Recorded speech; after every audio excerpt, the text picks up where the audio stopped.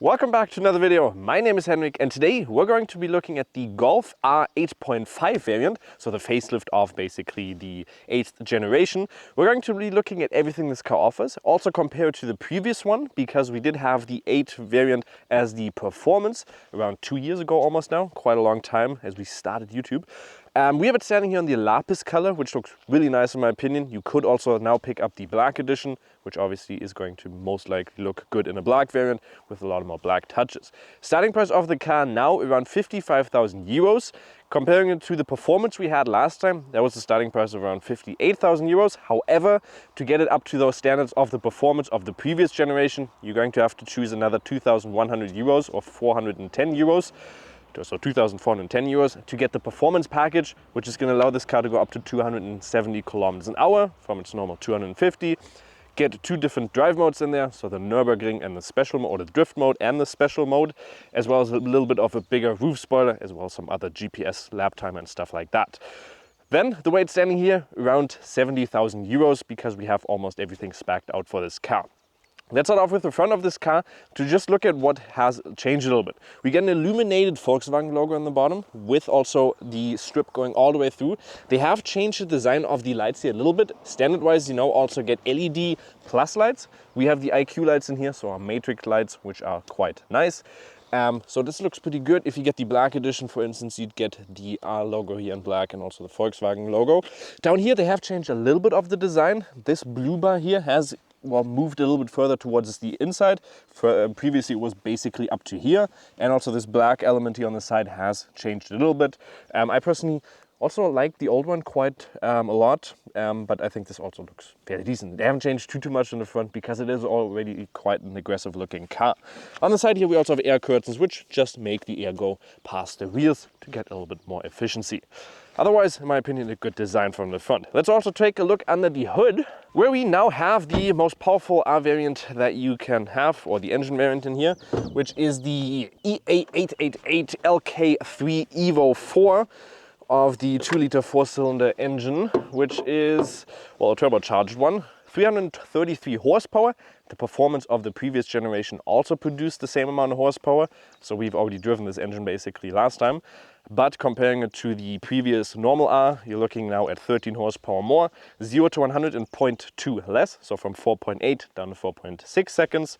We're going to do that in a second here, 0 to 100 test. We also have 420 Newton meters in here, and in general a fairly decent performing engine with also the Akrapovic on the back, which we're going to look at here in a second as well. Just a good sound design of this car and a very powerful engine, which is really thirsty on the gas pedal. So for our 0 to 100 test, we're going to have to go into the race. We're going to have to go up here, and also our ESC needs to be on sport in order to activate launch control.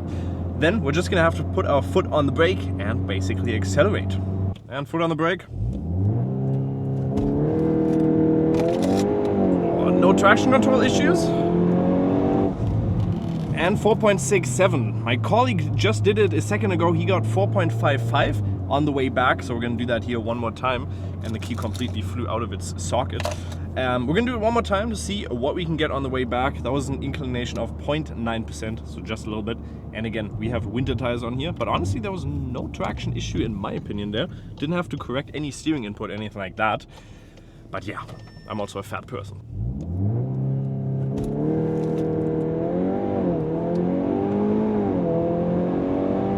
There we go, 4.51. I mean, it is a really quite nice kick there. In 4.1 seconds, 4.6 is claimed, and we have winter tires on here. So summer tires, you could even probably get 4.4. A quite nice value there. And yeah. And in the back, not much has changed. Like I already mentioned, if you get the performance package, you will get a little bit of a different roof spoiler, a little bit bigger, more air intakes up here. Comparing to the previous performance, it's the same roof spoiler on there. The lights here have changed a little bit, so the design, which we know kind of from the ID models, this kind of like cascading effect here with also IQ on the side here. If you get the performance, the black edition, you'd also get this in black here. Otherwise, we have our Volkswagen Golf here, or the Volkswagen logo, which you can press in to obviously open the rear. We'll look at the diffuser here after we've been looking at the trunk. And the thing is, I don't actually know the dimensions of the trunk here, so I think 1,351 liters. new. And now that I looked at them to memorize them, tailgate is not going to be electric. We just have a nice little damper in here, so it is going to go up fairly nicely. Basically 1.80 meters tall there. When it comes to the trunk, 341 liters up to 1,197 liters with a little bit more storage space down here, where we also have the sound generator there, so you can get a little bit more space in there. You can put something in there, or you can just remove it if you don't want all those, well, a little bit of fake sounds. And then we have this up here. There we go. We have a 60-40 split with also a rear tunnel, which we can open in that 60 split. But you cannot also flip over the seats from back here. You're going to have to go into the front and flip them over from the seats back there. Let's close that and look at one thing that has also changed. You can now, for the first time, get an electrical towing hook on this, well, semi-electrical one, because it only flips out and then you have to flip it in. Don't really know where it's going to go exactly. Probably in the diffuser here, they probably put something out and then it's going to go up to 1,900 kilograms on there, and also 80 kilograms on top of it, for instance for your e-bikes or something like that. We also have for the 4,333 euro extra, the Agrapovic exhaust pipes, which we're going to look at how they sound like and, well, do a sound check right now. One thing that we also have in this car is the emotional start, which we had, for instance, in the Formentor. What you do is, on the start button, you hold it down for a minimum of 1.5 seconds. So you press it, 1, 2, and then it's going to go up to 2,500 RPMs and basically do one of the kickbacks, which is going to sound pretty interesting and pretty nice.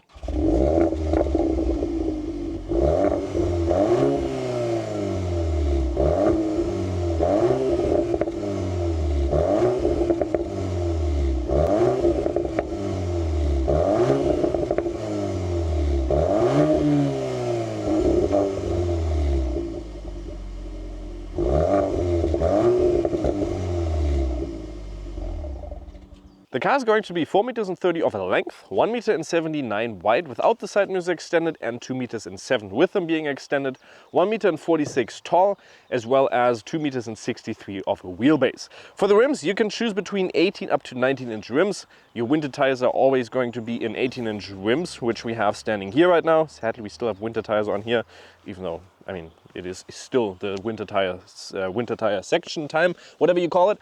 So they're obviously fine on here. We have the blue brake calipers. If you get the black edition, they're going to be in black. And for the first time also, we now have our wheel hubcaps here in black with also the R logo on there. Previously it was the Volkswagen logo, so a small difference there.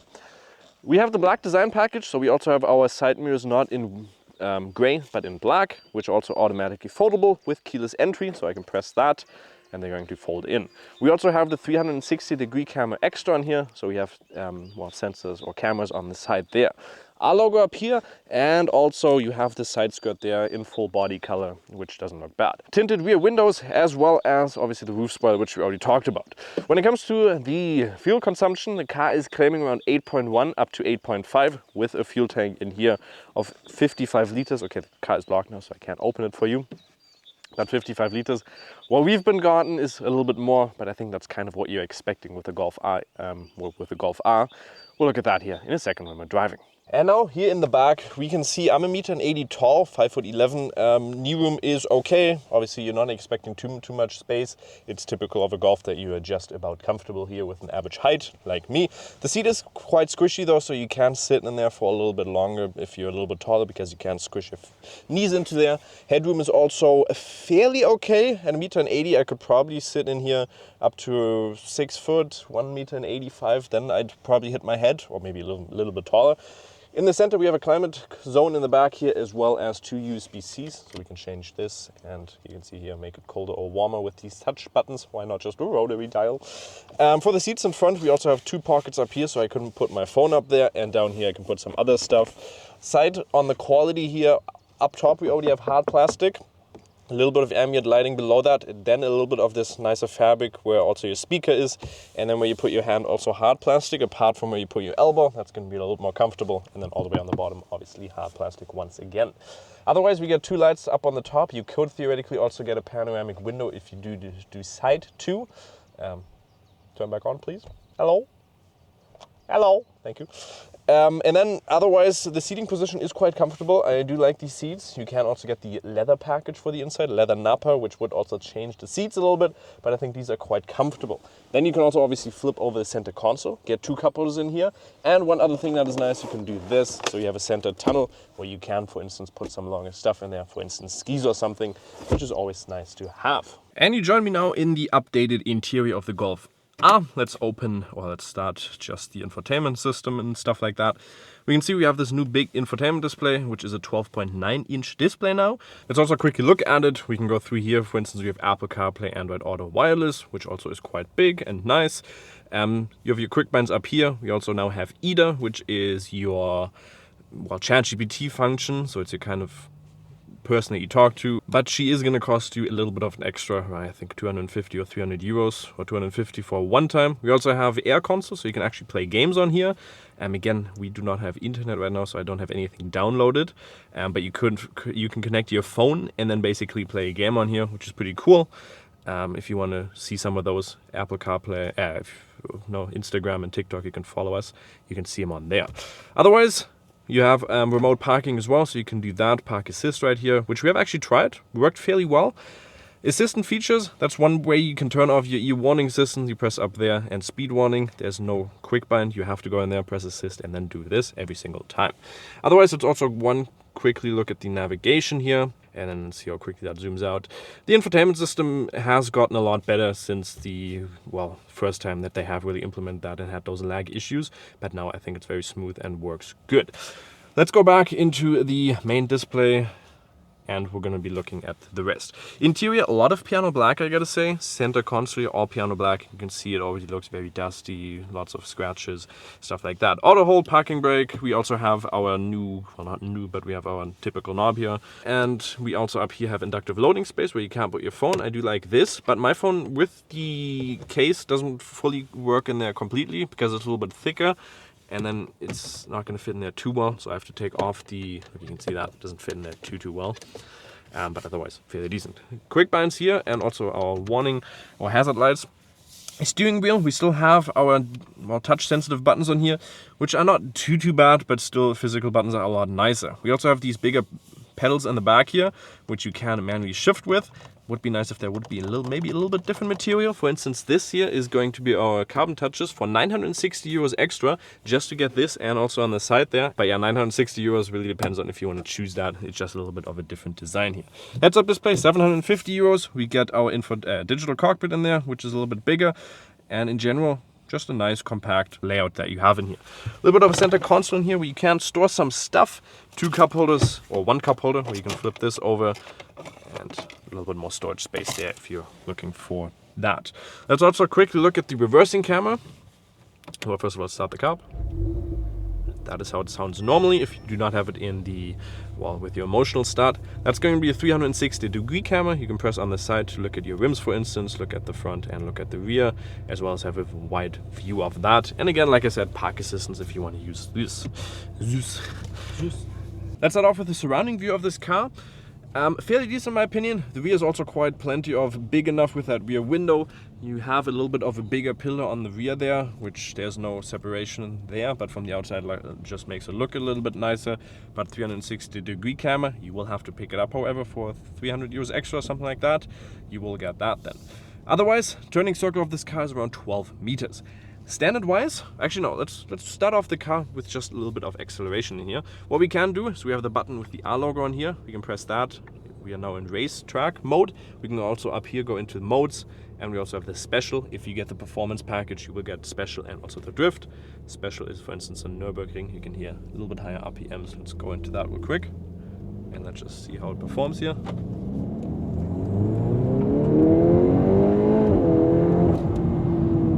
Took a little bit to accelerate there because it didn't shift down, but otherwise it's just so potent on the gas pedal. It's I'm here at around 4,000 RPMs. It keeps those RPMs really high, and then has a nice kick. When you go off, it does that backlash. It's just fun. And standard wise, you do get the DCC now in all of the Golf R models, which just adds a little bit more experience and adds the difference between the sport, comfort, and the special modes.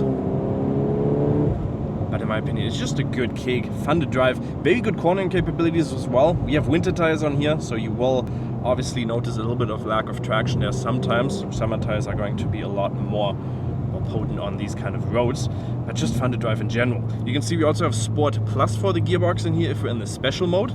If we, for instance, go into the race, it's just going to be S. You can quickly shift down to the normal if you just go onto your knob and then press it down to D. But I like S a little bit more because then it also does the pops and bangs.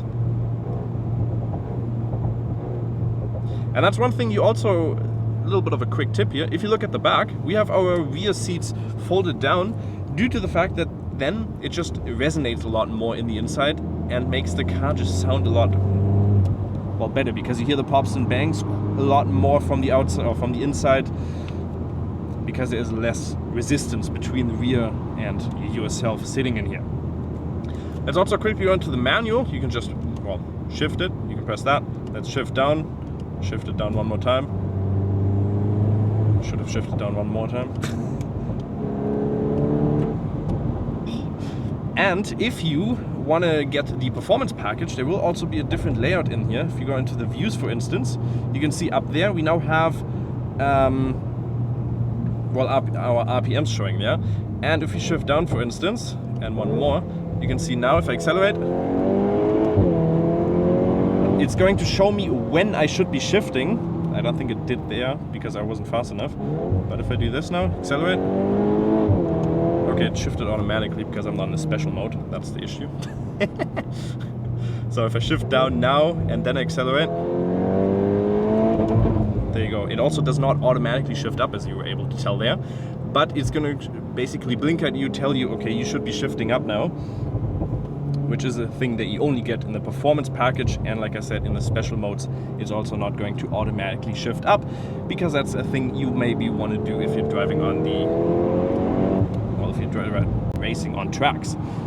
But yeah, cornering capabilities of this car, actually quite nice. There's a truck there.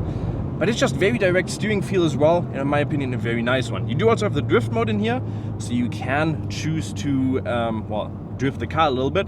And with that torque vectoring, or the torque split in the rear, it's going to always put the power onto the most outer wheel in a corner, which is always going to be quite interesting because it just gives you a lot more traction, reduces oversteer, and therefore gives you a little bit more sporty feeling, well, quite a lot more, and the capabilities of having that drift mode.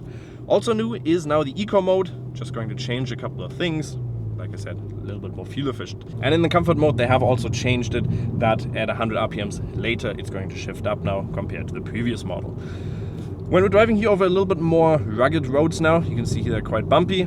The suspension, the VCC, does a fairly decent job. It's obviously going to not be the most comfortable because it is still supposed to be a sporty car. But if you're doing longer trips, put it into comfort, it is going to be quite nice. What you can also do is individual. I have set it up to a sporty feeling, so there you go. DCC is on the most sporty settings.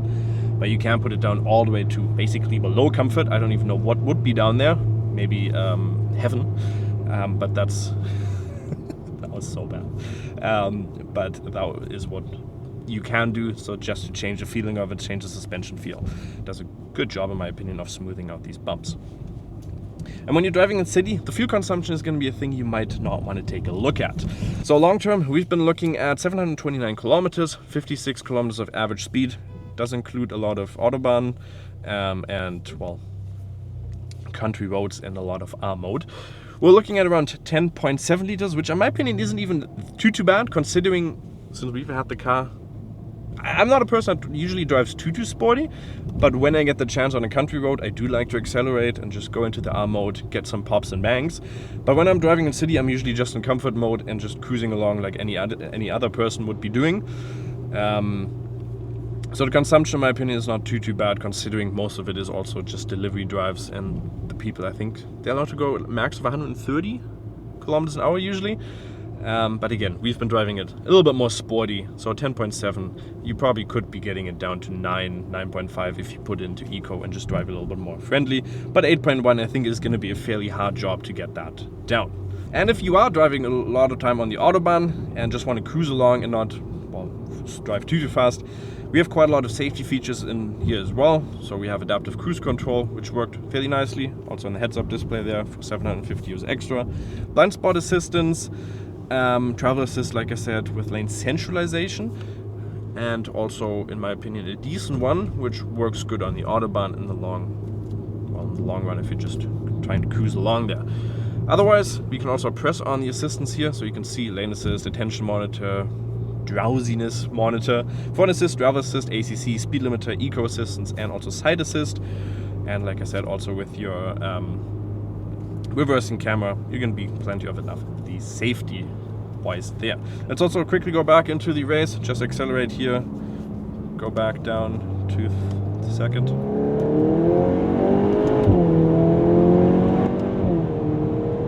It does have a kick. It's a very potent car, and it's just fun to drive in my opinion. If you're using this to get a car that is between like the Golf and then obviously performance-wise, you want to have the practicality of a Golf, and this is your perfect car if you want to have some fun to it as well. And that droniness of that Akrapovic exhaust pipe just adds a whole different experience to this car.